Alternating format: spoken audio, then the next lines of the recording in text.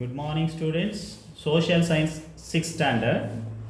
Today we are going to discuss about geography, lesson number 11, chapter Globe and Maps.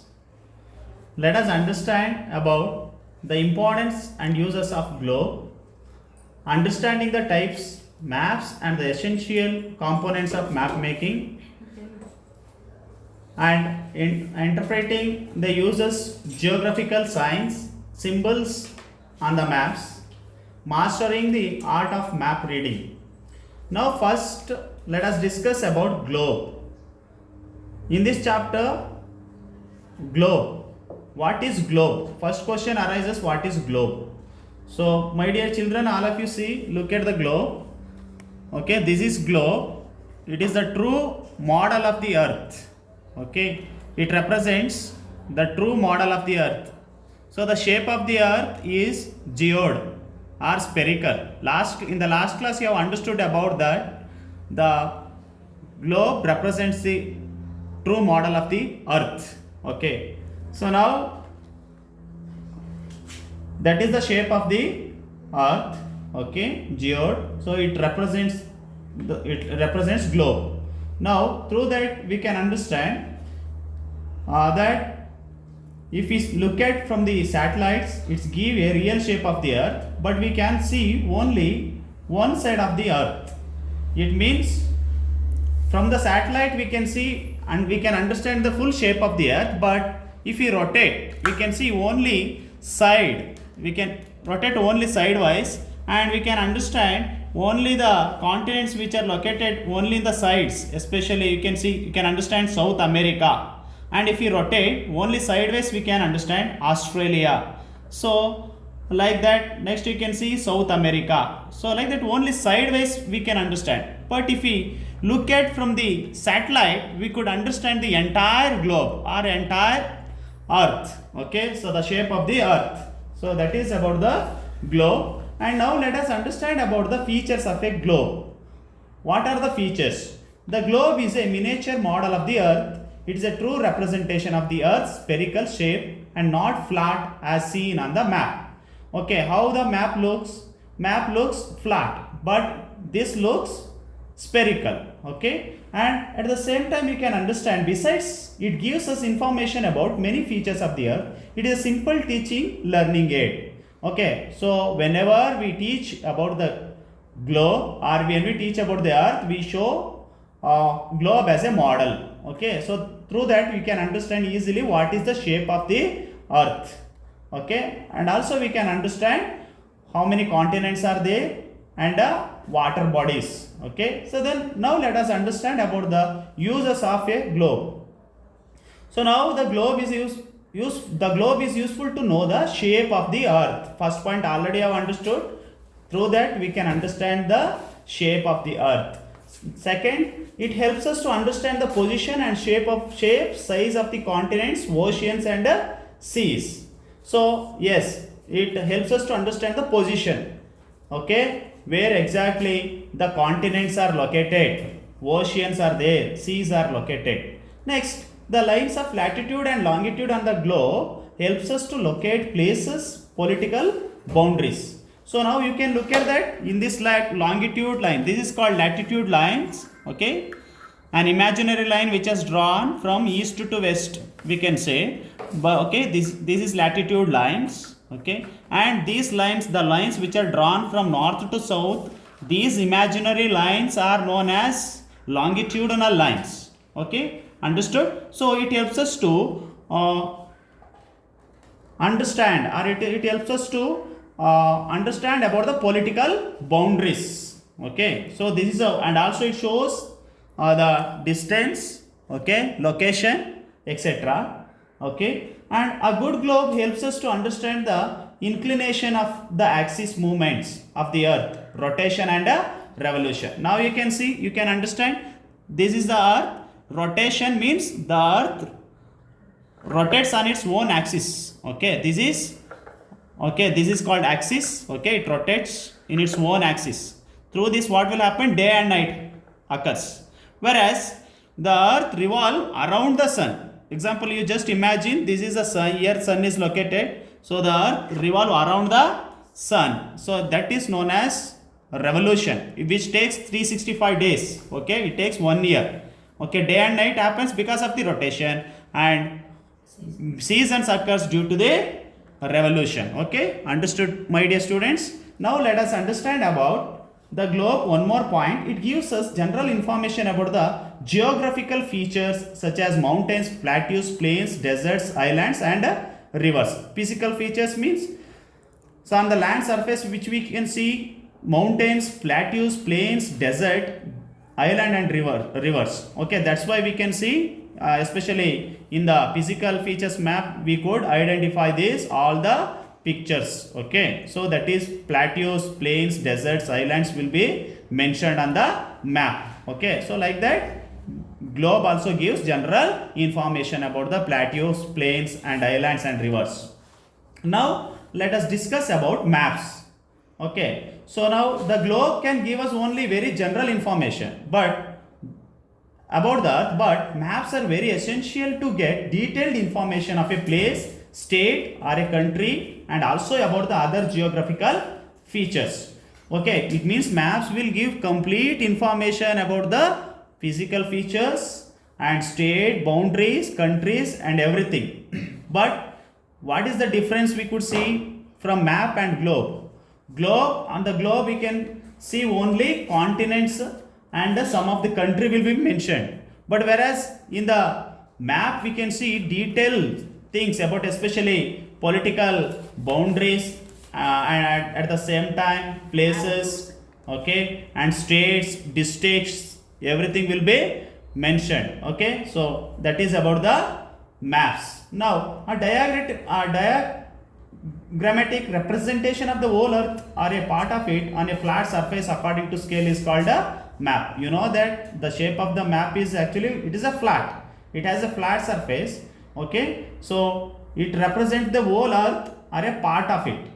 Okay, so it represents the whole earth or it is just a part of it. Example, you can say that Indian country, it is only one part of the earth, so that's why we can say that Indian map we can see. So that is according to scale is called map. Okay, now the science and art of map making is known as cartography. Okay, so the people, those who make map, those who study about map and the learning about the map making is known as cartography. Okay, now the collection of various types of maps bound as book is known as atlas. You know that many maps are bound together. Okay, so that is known as atlas. So everyone will be having atlas.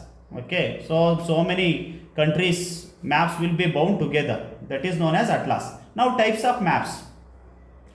On the basis of scale and purpose, maps can be classified as follows. Maps based on the scale. It means there are two types of maps based on scale. One is large scale map, another one is small scale maps. Large scale maps means it is divided into again two types. One is cadastral maps and topographical maps. What is the difference between cadastral and topographical maps?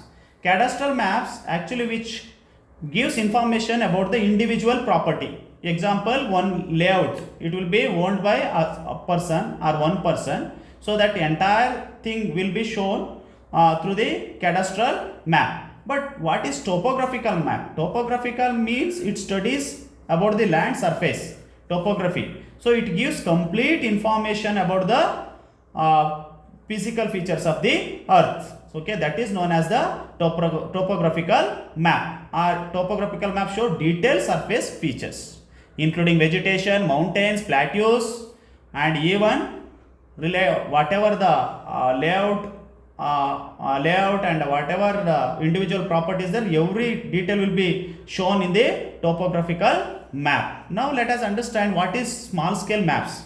Small scale maps represent large areas of the world, continents and countries. There are two types. One is wall maps and atlas maps. Okay, so wall maps are larger in size than the atlas. Already I told you atlas is a small scale map, and where only little information will be given, or particular country's information will be provided in that particular page. But whereas in the at the same time you can see, but comparatively atlas, but wall maps are larger, so that will be used as a teaching aid in the class. Okay, so it also tells about the important features of the political divisions, physical features, etc. Now the maps in the atlas are smaller in size, but they also give some information. Even though atlas is small, so they also give some information. Now let us discuss about maps based on purpose. Physical map, political maps, and distribution maps. Physical map already I told you, which detailed or which tells about the physical features of the physical features, especially mountains, plateaus, plains, and rivers. Political maps, which gives information about the countries and their location and area as well as continents. Now distribution of maps means it contains the features of such as temperature, rainfall, population, soils, natural vegetation, crops, mineral industries, railway, roads, waterways. So this all will be included in the distribution maps. Now what is components of map now? So the basic components of a good map are title, scale, latitudes and longitudes, direction and index.